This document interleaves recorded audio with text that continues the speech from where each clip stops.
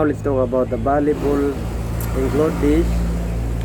First, William J. Morgan, he was founder. Second, change from internet to volleyball. Third, introduction to Philippines sport. FIVBNPVF.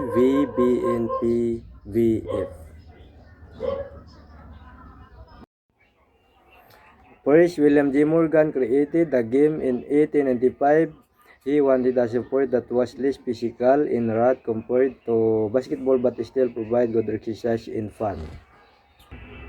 Second, originally the game was called Mintonit because it was a mix of tennis, baseball, basketball, and handball.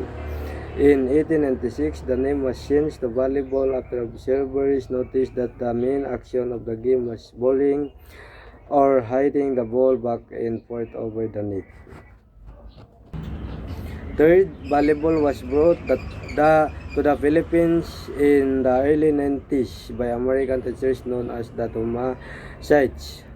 Interestingly, it was in the Philippines where the attack team called the Bomba or Spike was developed, which became a very important part of the modern game.